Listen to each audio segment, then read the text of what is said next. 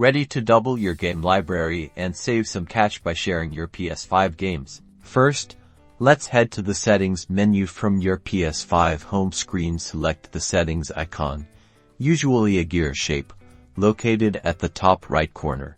Next, navigate to Users and Accounts, where you can manage your PlayStation Network profile.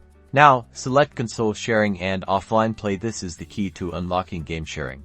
On this screen, it'll likely say disabled. This means your console isn't yet set up for game sharing. You must now enable console sharing and offline play by enabling this setting. The toggle switch should now be highlighted and in the enabled position. This makes your console the primary console for your account. Now, at your friend's PS5, your friend needs to log in with your PlayStation account. Once logged in, they should open up the PlayStation Store.